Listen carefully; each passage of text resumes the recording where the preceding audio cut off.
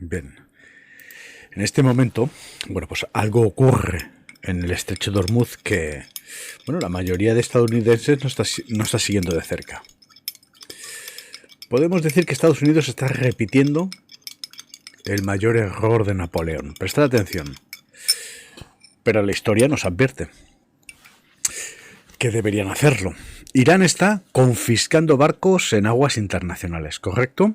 A Estados Unidos aprieta un bloqueo naval, perfecto, y comercial sin precedentes en tiempos recientes. Y Washington declara abiertamente que no existe ningún horizonte temporal definido para poner fin a esta situación. Bueno, pero hay una dimensión que casi nadie está discutiendo públicamente. Esta estrategia ya fracasó antes, y de manera estrepitosa. Hace poco más de 200 años, Napoleón Bonaparte intentó asfixiar la economía de su principal enemigo, convencido de que el tiempo estaba de su lado y de que la presión sostenida terminaría doblando la voluntad de su adversario. No lo estaba. El plan le salió por la culata y contribuyó directamente a su destrucción. Hoy, Estados Unidos puede estar caminando por ese mismo sendero de la historia. Mientras China observa con atención calculada, aprende de cada movimiento y espera el momento preciso para actuar donde más duele. La pregunta central de este análisis sería la siguiente. ¿Estamos presenciando el inicio del mismo error, pero esta vez ejecutado a escala verdaderamente global y con consecuencias potencialmente irreversibles para el orden económico internacional? Bueno, vamos a analizar. Punto número 1. Marco analítico. Historia predictiva. Todo imperio que en la historia ha intentado bloquear a una potencia en ascenso ha desencadenado sin excepción una reconfiguración del orden global. No es una coincidencia, es un patrón estructural. Y hoy, utilizando la historia de la estructura comparada, es posible argumentar con solidez que los Estados Unidos está ejecutando en el mar Arábigo no es fundamentalmente una operación militar, es una apuesta económica de proporciones existenciales. Y Washington no tiene las mejores cartas sobre la mesa. A principios del 2024, cuando el consenso analítico mayoritario era que Irán representaba un problema manejable, un estado paria que debía contenerse pero no confrontarse directamente, realicé 4 predicciones basadas en este marco. La primera, que Estados Unidos eventualmente pasaría de las sanciones económicas a la interdicción física de los envíos de petróleo iraní. Segunda, que ese movimiento desencadenaría una crisis en el estrecho de Hormuz que la Marina norteamericana no podría resolver de manera silenciosa y discreta. Tercera, que los aliados del Golfo comenzarían a buscar discretamente una salida negociada en lugar de acompañar la escalada. Y cuarta, que China aprovecharía la crisis para acelerar el desarrollo de su arquitectura alternativa de pagos para el petróleo sancionado. 3 de estas 4 predicciones, ya se han cumplido, en mayor o menor medida. No es una cuestión de vanidad intelectual, sino porque el método que las generó es el mismo, que hoy permite proyectar cómo termina este bloqueo y a qué destruye el proceso. El método. Tres variables claves. La historia predictiva opera sobre 3 variables fundamentales. La primera es la estructura, las fuerzas profundas que moldean una situación, geografía, demografía, economía, y que no cambian con rapidez. Estas fuerzas delimitan el espacio de lo posible con independencia de la voluntad política de los actores. La segunda es el sistema de incentivos. Cada jugador intenta maximizar su propio interés. La pregunta relevante no es qué dice que querer cada actor, sino qué quiere realmente. Porque estas dos cosas casi siempre difieren de manera significativa. La tercera es la historia misma. No porque los eventos se repitan de forma mecánica, no lo hacen, sino porque los seres humanos son seres humanos y los imperios son, pues eso, imperios. Ciertos patrones emergen una y otra vez a lo largo de los milenios. Quien conoce estos patrones puede reconocerlos mientras se desarrollan en tiempo real. Punto número 2, los actores y sus intereses reales, ¿no? Por ejemplo, Estados Unidos. Vamos a detallar uno por uno, ¿de acuerdo? La posición declarada de Washington es que quiere que Irán abandone su programa nuclear, cese el apoyo a milicias proxy en Oriente Medio, como Hezbollah, y acuda a la mesa de las negociaciones bajo términos estadounidenses. Sin embargo, el análisis estructural revela que el objetivo real es considerablemente más amplio y ambicioso. América quiere demostrar que todavía puede imponer la muerte económica a cualquier país que desafíe el orden internacional articulado en torno al dólar. El bloqueo no trata realmente de las centrifugadoras de enriquecimiento iraní. Tener en cuenta que hoy Irán tiene pues 1.300.000 barriles circulando por el mundo. Se trata de enviar un mensaje inequívoco a Pekín, a Moscú y a todas las capitales del sur global que están observando este proceso. Desafiarnos y estrangularemos vuestra economía desde el mar. Irán es el ejemplo. La audiencia es el mundo entero. Segundo actor, Irán. La posición pública de Teherán es que exige el levantamiento del bloqueo, la eliminación de las sanciones y el respeto irrestricto de su soberanía, de forma legítima. Pero su objetivo real y prioritario es la supervivencia del sistema político de la República Islámica, no de la nación iraní como tal, sino del régimen, del líder supremo y del cuerpo de la Guardia Revolucionaria Islámica que está tomando el control. La cúpula dirigente entiende perfectamente que el colapso económico representa una amenaza existencial para el control del poder interno. Por tanto, el cálculo real de Teherán no gira en torno a las armas nucleares ni a la influencia regional como fines en sí mismo, sino en torno a ganar suficiente tiempo para conseguir un acuerdo negociado o para construir una economía paralela que quede fuera del alcance coercitivo de Estados Unidos. Los barcos confiscados en el estrecho de Hormuz no fueron actos de guerra impulsivos, fueron señales calculadas. Irán comunicando al mundo que aún posee cartas con las que jugar. Y el tercer actor, China. Pekín declara públicamente que quiere una resolución pacífica al respecto por el derecho internacional y la libre navegación en las vías marítimas globales. Correcto. Lo que realmente quiere es algo muy distinto. Atentos. China importa aproximadamente 11 millones de barriles de petróleo cada día, una parte significativa de los cuales fluyen a través del Golfo Pérsico. Pero más importante aún que el petróleo es el precedente que se está estableciendo. Si Estados Unidos puede bloquear a Irán sin consecuencias sistémicas significativas, puede bloquear a cualquier país del mundo, incluidas las propias líneas de suministros energéticos de China en una crisis futura, por ejemplo. Pekín observa esta operación como un ensayo general para su propio posible cerco marítimo. China no necesita necesariamente que Irán gane esta confrontación, pero China no puede permitir bajo ninguna circunstancia que Estados Unidos establezca el precedente operativo de que los bloqueos navales funcionan con eficacia en el siglo XXI.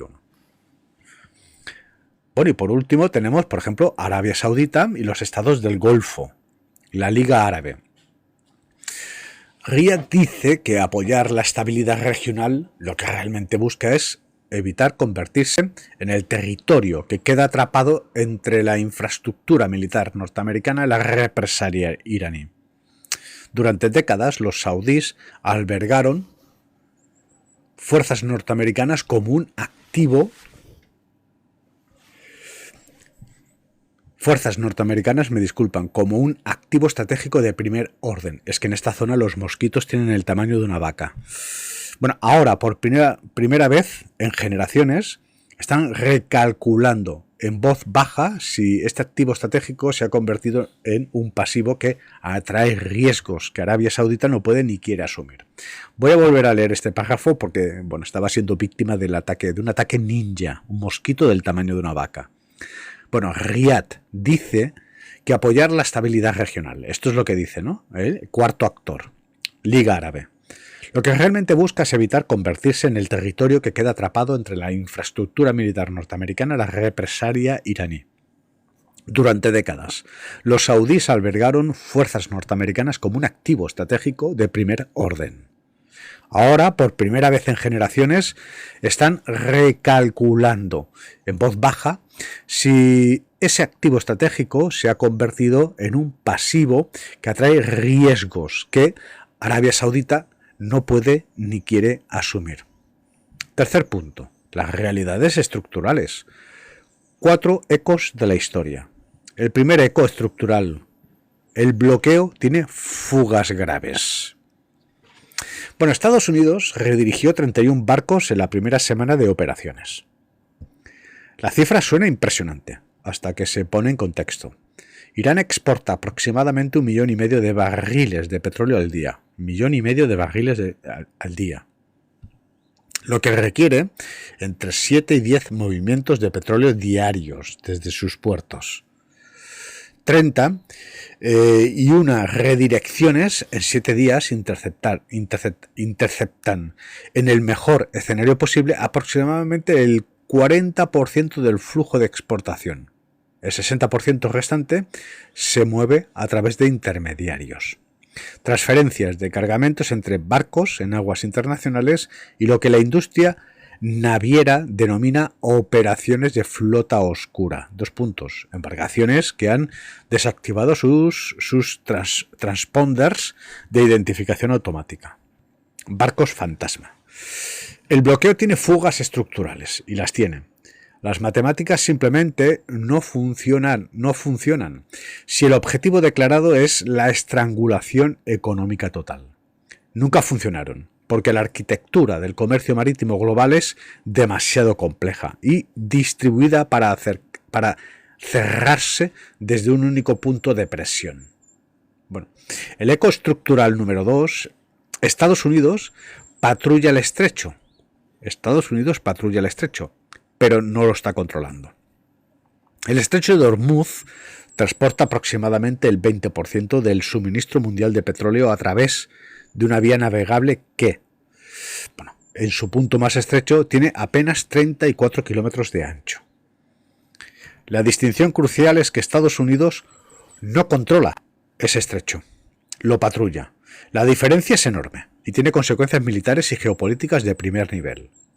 Irán ha invertido 30 años diseñando, adquiriendo y desplegando sistemas de misiles, antibuque, enjambres de drones de ataque y tácticas de embarcaciones de ataque rápido especialmente diseñados para hacer ese estrecho ingobernable para cualquier fuerza naval extranjera.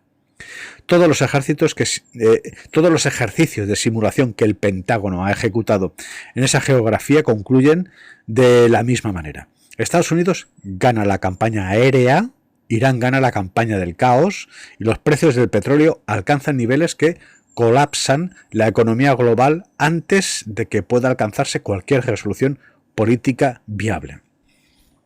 Y el señor Jamie Dimon, que nos acaba de alertar, el CEO de JP Morgan, que estamos a punto de entrar en fase de estanflación. Voy a volver a leer esta frase que es importante. Estados Unidos gana la campaña aérea en los simulacros realizados por el Pentágono. Estados Unidos gana la campaña aérea. Irán gana la campaña del caos. Y los precios del petróleo alcanzan niveles que colapsan la economía global antes de que pueda alcanzarse cualquier resolución política viable. Es decir, que aquí lo que interesa es el caos, porque los norteamericanos saben lo que van a propiciar. El eco estructural número 3. La tasa de éxito histórico de los bloqueos es bastante baja. Los bloqueos económicos tienen una tasa de éxito históricamente documentada de aproximadamente el 30% cuando se aplican contra estados que poseen socios comerciales alternativos. Contra estados sin alternativas. Contra estados sin alternativas. La tasa sube de manera significativa.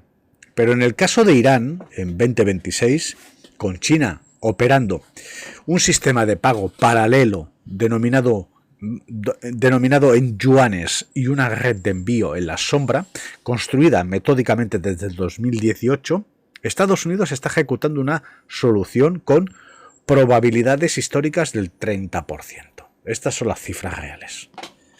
La pregunta pertinente no es si el bloqueo romperá la resistencia iraní. La pregunta correcta, si el bloqueo se desintegrará antes de que Irán lo haga. El eco estructural número 4, y tener en cuenta que a los iraníes les interesa un conflicto a larga durada. Y de momento nos vamos, mínimo para noviembre. Eco estructural número 4. El alto el fuego, sin levantamiento del bloqueo, no es un alto el fuego. La administración Trump ha declarado que no existe horizonte temporal para el conflicto, mientras simultáneamente prorrogó una tregua que Irán violó en cuestiones de horas confiscando barcos contenedores. Esta es una contradicción lógica y estratégica de primer orden. Un alto el fuego con un bloque vigente no es un alto el fuego, es un asedio lento vestido con ropas jurídicas de moderación. Y una vez que se percibe esta contradicción, pues no se puede ignorar, y la estamos ignorando. La comunidad internacional la ve con nitidez. Los países que observan la situación desde cerca, Turquía, India, Indonesia, los estados del Golfo, Brasil, por ejemplo, o Sudáfrica, están realizando sus cálculos ahora mismo sobre si el orden liderado por Estados Unidos es un sistema dentro del cual desean permanecer a largo plazo. Bueno, los escenarios de resolución. ¿Cómo resolvemos, ¿no?, esta cuestión enquistada en el estrecho de Hormuz, ¿no? El escenario número 1. Irán cede. La inflación interna supera el 40%. Es decir, la situación es agónica. Estamos ante un mártir y una fatua. El rial colapsa a mínimos históricos, ya ha colapsado. La Guardia Revolucionaria pierde progresivamente el control sobre las calles de las principales ciudades. Una facción interna, no los reformistas, sino los pragmáticos dentro del propio aparato de seguridad, tiende la mano a través de canales diplomáticos discretos. Y de momento la Guardia Revolucionaria toma el control, porque se niegan a la negociación con Estados Unidos. Se estructura un acuerdo que puede presentarse como una victoria para ambas partes. Irán entrega concesiones. Estamos realizando un ejercicio de simulación, un simulacro, ¿no?, de los tres escenarios en el momento en que resolvemos el conflicto del nudo del estrecho de Hormuz. ¿Correcto? Es decir, son previsiones. Bueno, una facción interna, no los reformistas, vuelvo a leer, sino los pragmatistas dentro del propio aparato de seguridad, tiende la mano a través de canales diplomáticos discretos. Se estructura un acuerdo que puede presentarse como una victoria para ambas partes. Irán entrega concesiones nucleares significativas y verificables, y en este punto se niegan. Estados Unidos levanta el bloqueo. De momento tenemos el candado. Trump declara un éxito histórico antes de las elecciones de mitad de mandato. Le queda poco tiempo. En este escenario, el bloqueo funciona en términos inmediatos. Pero incluso, en este caso, el daño al orden basado en el dólar ya está infligido de manera irreversible. 30 países observaron a Estados Unidos imponer un bloqueo naval a una potencia media. 20 de ellos comenzaron simultáneamente a acelerar el desarrollo de sus propios sistemas alternativos de pago y mecanismos de comercio que no sean dependientes del dólar. La victoria puede ser real, también será temporal. El segundo escenario, bueno, que el bloqueo se fractura. Bueno, por ejemplo, un barco con bandera china, y esto ha pasado esta misma mañana. O asegurado por una compañía de seguros chinos, de China. Bueno, entra en la zona del bloqueo. Vuelvo a repetir. Segundo escenario, el bloqueo se fractura. Un barco con bandera china o asegurado por una compañía de seguros china entra en la zona del bloqueo. Estados Unidos se enfrenta en ese momento a una disyuntiva sin buenas opciones. Interceptarlo, lo que implica confrontar directamente a la segunda economía del mundo con consecuencias imprevisibles, o dejarlo pasar, lo que rompe la credibilidad operativa del bloqueo de manera pública e irreversible. Y esta mañana, como digo, un barco con bandera china ha pasado. Si Washington intercepta, Pekín responde con medidas económicas de precisión dirigidas al mercado de bonos del Tesoro norteamericanos. Houston, tenemos un problema. Los rendimientos se disparan. La Reserva Federal enfrenta una elección imposible entre defender el mercado de bonos y defender el valor del dólar. Bueno, los mercados del petróleo entran en shock. El estrecho de Hormuz ve su primer enfrentamiento naval directo entre unidades estadounidenses e iraníes. La infraestructura petrolera del Golfo es atacada. Las economías europeas, importante aquí entramos nosotros, ante este segundo escenario, recordar, el bloqueo el bloqueo se fractura. Bueno, las economías europeas, ya frágiles tras años de estancamiento, entran en recesión pronunciada.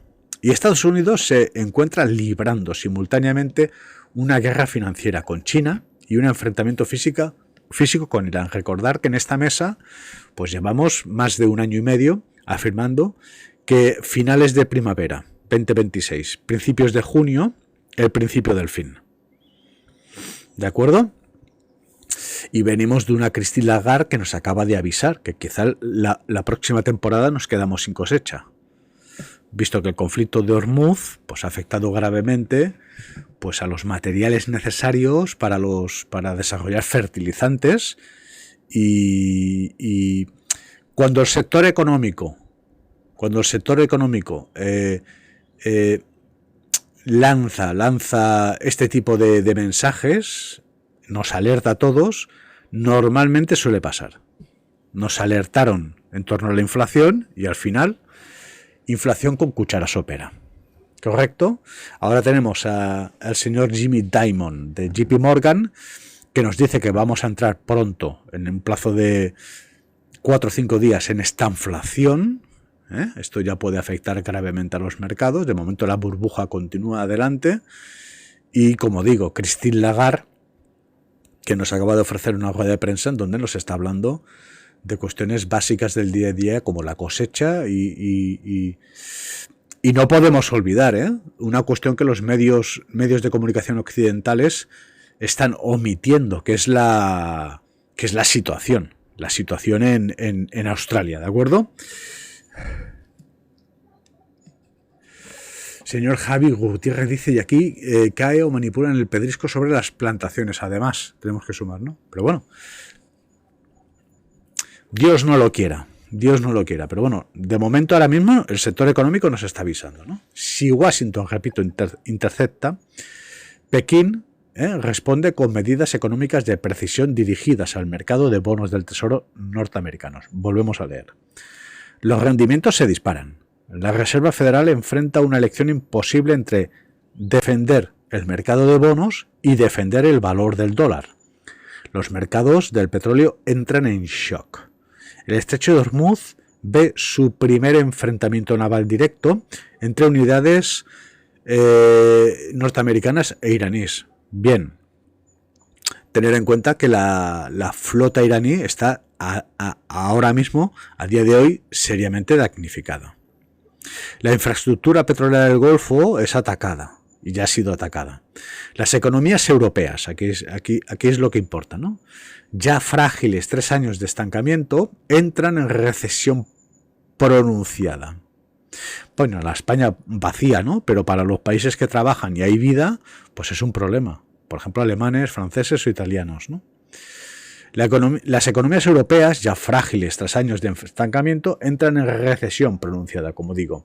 Y Estados Unidos se encuentra librando simultáneamente una guerra financiera con China y un enfrentamiento físico con Irán. Así es como los bloques destruyen a los imperios que los imponen. No sucede con una derrota militar singular y dramática. Ocurre mediante el agotamiento acumulativo de intentar mantener un asedio económico contra un mundo que sigue encontrando maneras de sortear sus muros. Es la fatiga de las alianzas, el desgaste de la credibilidad y el coste progresivo de una hegemonía que ya no puede sostenerse con los mismos instrumentos del pasado. Bueno, 3 predicciones concretas a partir de lo expuesto.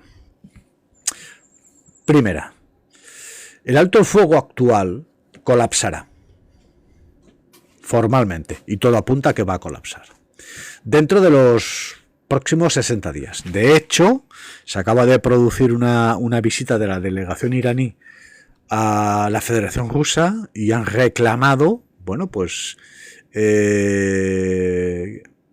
los misiles S-400 y es decir, la sensación que percibimos es que esta tregua lo que está ofreciendo es la oportunidad para que ambos bandos se rearmen, ¿eh? Y nos consta que los norteamericanos también lo mismo, ¿eh? Se está enviando logística, se están, digamos, es un proceso de habituallamiento, ¿correcto? Más que una tregua. Segunda, es decir, que empezaron de una forma como muy salvaje y en 40 días... Esto es como un combate de pesos pesados que de pronto aparecen, empiezan a golpearse, ambos están a punto de noquearse y de pronto ¡tum! Suena la campana. Ha sonado la campana, una tregua. Pero mientras ha sonado la campana, tenemos el candado norteamericano y el iraní que afecta gravemente a la logística de este mundo. Estamos hablando de 400 millones de euros, de dólares diarios, ¿no? Entonces, bueno, ahora es cuestión de esperar y yo creo que tras el intento de magnicidio de la Casa Blanca, aquellos que tenemos todo de frente sabemos que Donald Trump va a cumplir la orden. ¿Correcto? Es decir, el elemento internacionalista necesita continuar hacia adelante esta cruzada porque para ellos es un Armagedón existencial. ¿Correcto? Y no podemos olvidar que a día de hoy no recibimos imágenes, por ejemplo, de Tel Aviv. Y estamos hablando de que el 70% de Tel Aviv ha sido convertido en escombros. Es decir, que la franja de Gaza ahora son ellos. Esto no va a quedar así. En la Casa Blanca lo que se hace es marcar a Donald Trump. Y desde mi punto de vista, aquí lo que nos encontramos es una célula de científicos reclutados por el Mossad que estaban preparando algo grueso. Que las agencias gubernamentales interceptan, eliminan, caen 11 científicos y el último, el shooter, ¿no? El tirador de la Casa Blanca, pues lo que está haciendo es inmolarse por la causa. ¿Comprenden? Porque sabe perfectamente que vienen a por mí. ¿Correcto? Esta es la interpretación que hacemos nosotros de lo sucedido en la Casa Blanca. El tiroteo de la Casa Blanca. Se nos habla de armas largas cuando resulta que el tirador entra con un revólver corto. Se nos está hablando de 1000 historias. No tenemos imágenes del momento de intercepción, lo desnudan, tal. Bueno, veremos, ¿no? Pero desde mi punto de vista basta ver cómo desalojan a J.D. Vance y tardan prácticamente más de 12 segundos en hacer algo con Donald Trump. Bueno, estamos ante un posado de manual. Observen ustedes las reacciones tanto de Melania Trump como Donald Trump. Melania se sorprende mucho. Se escuchan los disparos, ¿eh? El shooter no llega a entrar al hall, pero se escuchan los disparos en la puerta. Y Melania lo que está observando es en la puerta del hall cómo los agentes de seguridad ¡pam! Y bloquean al tirador. Pero Donald Trump, que está viendo la misma escena, se lo toma como Es decir, estamos ante un posado de manual. Rueda de prensa post tiroteo de la Casa Blanca y Donald Trump efectivamente los suelta. Vamos a continuar atacando Irán. De eso se trata. El seguir atacando a Irán implica que pueda tener un problema interno, que va a necesitar para justificar un estado de excepción. Y de este modo poder prolongarse en el mandato, un mandato que tiene más que perdido. Si este conflicto se alarga y se va a alargar, ellos yo creo que intentaron, y aquí han cometido errores de cálculo, pues sobre todo el Mossad, ellos intentaron una operación Caracas. Interpretan que Irán está debilitada, ya con una primavera de color, con la caída de su moneda, 52 años de sanciones, y piensan, bueno, vamos a tirar cuatro chupinazos y el régimen del ayatolá caerá, pero no cae. Y se han pasado 40 años, Festival de los Complementos, ¿no? Es decir, lo sucedido en Tierra Santa es de proporciones bíblicas. ¿Correcto? Entonces, claro, ellos de pronto han dicho, vamos a respirar, porque tendremos que iniciar una toma terrestre. Y es en lo que se están preparando los norteamericanos. El Pentágono ya está realizando los planes para una invasión terrestre. Una invasión terrestre sobre Irán, señores. Irán se ha convertido, pues en la Ucrania de la Federación Rusa, pues Irán se ha convertido en esto, en una cuestión laberíntica donde la mesa de la negociación por la paz, además, se da en la mesa de la negociación por la paz, además se da la circunstancia de que tenemos pues los mismos actores que pretenden repartirse el pastel. Estos grandes objetos de la geopolítica, ¿no? Rusia, China. Entonces es bastante complejo que alcancen la paz. El conflicto se va a prolongar y si se prolonga a través de una invasión terrestre, vamos a llegar a noviembre seguro. Y si llegamos a noviembre, nosotros aquí anunciamos que a partir de junio empezaríamos a percibir problemáticas en la logística, alimentación y carburante, que para finales de verano o para mediados de verano vamos a tener problemas de comunicaciones y que para noviembre, bueno, que repartan las armas, porque los socialistas, que han sido zombificados además a través de drogas y televisión basura, los socialistas tienen que ir a una guerra. De esto se trata, ¿no? Bueno, como digo, con vuestro permiso ya completamos la última parte, ¿no? Estábamos con la segunda predicción, ¿no? Vamos a volver a repetir la primera y así ya de un hilo y se nos queda en la memoria, ¿de acuerdo? Me disculpan, pero me parece oportuno. El alto el fuego actual colapsará formalmente dentro de los próximos 60 días.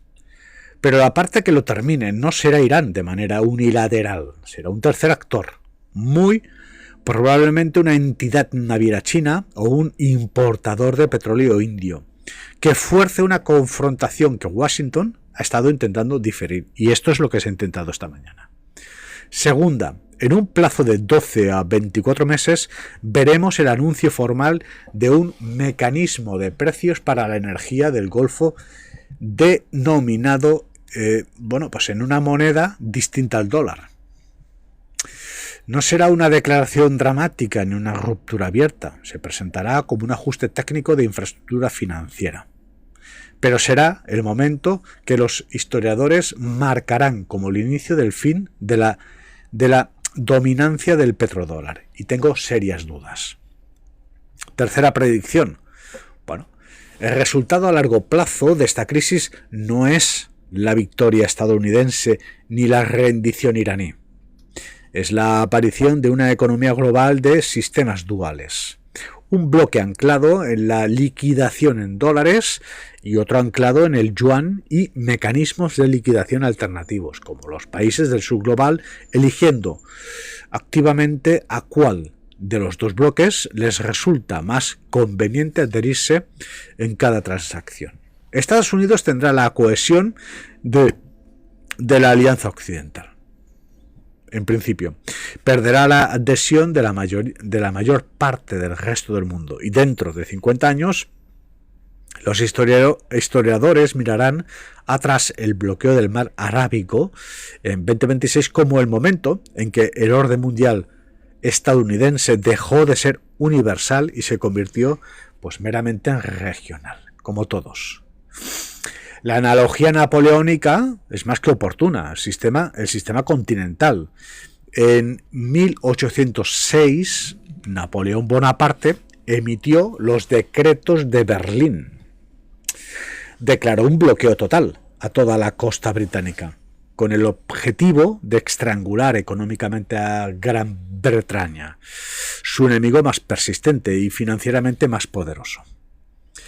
Lo denominó el sistema continental. Sobre el papel, era un asedio económico de alcance total, sin precedentes en la historia moderna. En la práctica, fue un desastre estratégico de proporciones históricas para quien lo impuso.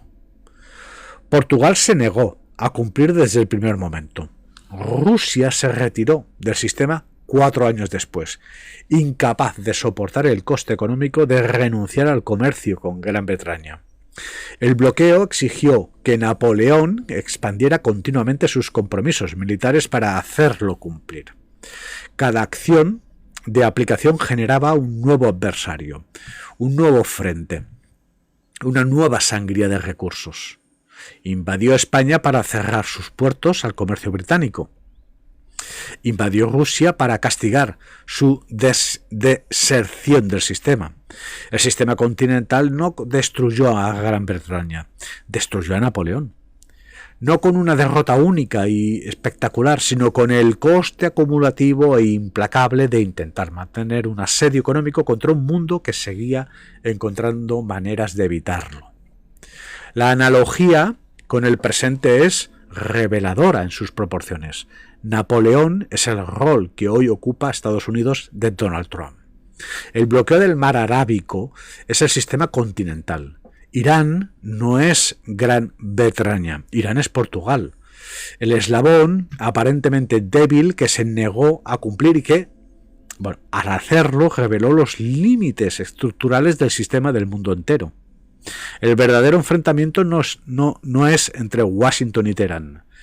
Es entre Washington y cada país observador para determinar si el sistema puede hacerse cumplir sin fractura internamente a quien lo ejecuta.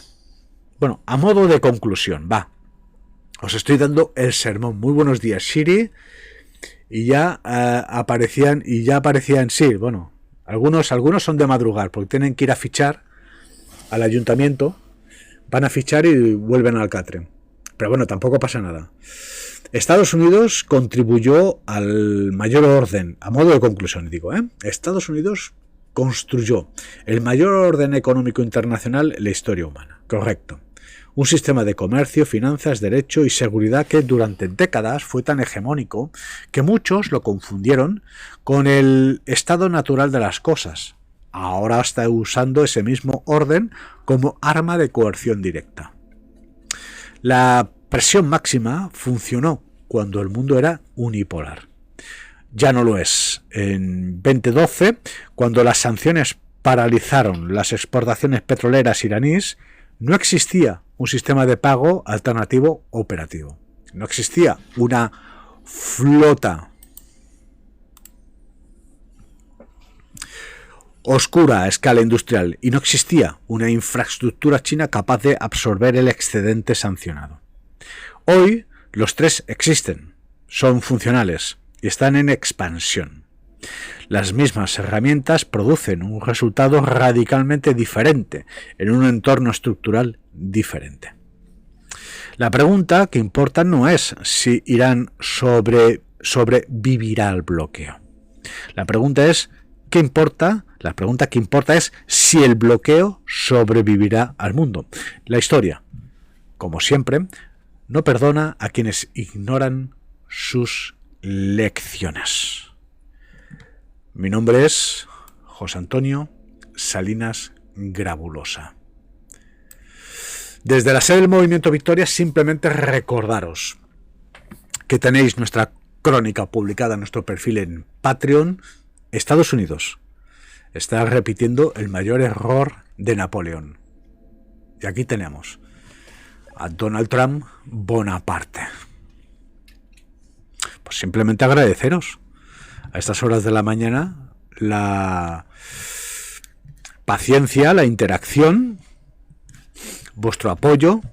Voy a agradecer y mucho, pues le puedes dar al botón de me gusta o también no me gusta. Te puedes suscribir al canal, activas la campana para recibir notificaciones y valoro y mucho vuestros comentarios. Aquí abajo, espacio de comentarios. Por mi parte, cerramos aquí, volvemos en 5 minutos con una segunda crónica del día. Va a ser un día bastante activo y luego por la tarde haremos pues un balance, gorrito de papel de plata, haremos un balance de cuestiones que tenemos sobre la mesa. Parece ser que los socialistas han decidido dar el paso y convertirse en zombies. ¿Correcto? Así que os pongo un lazo y os deseo pues una muy buena jornada.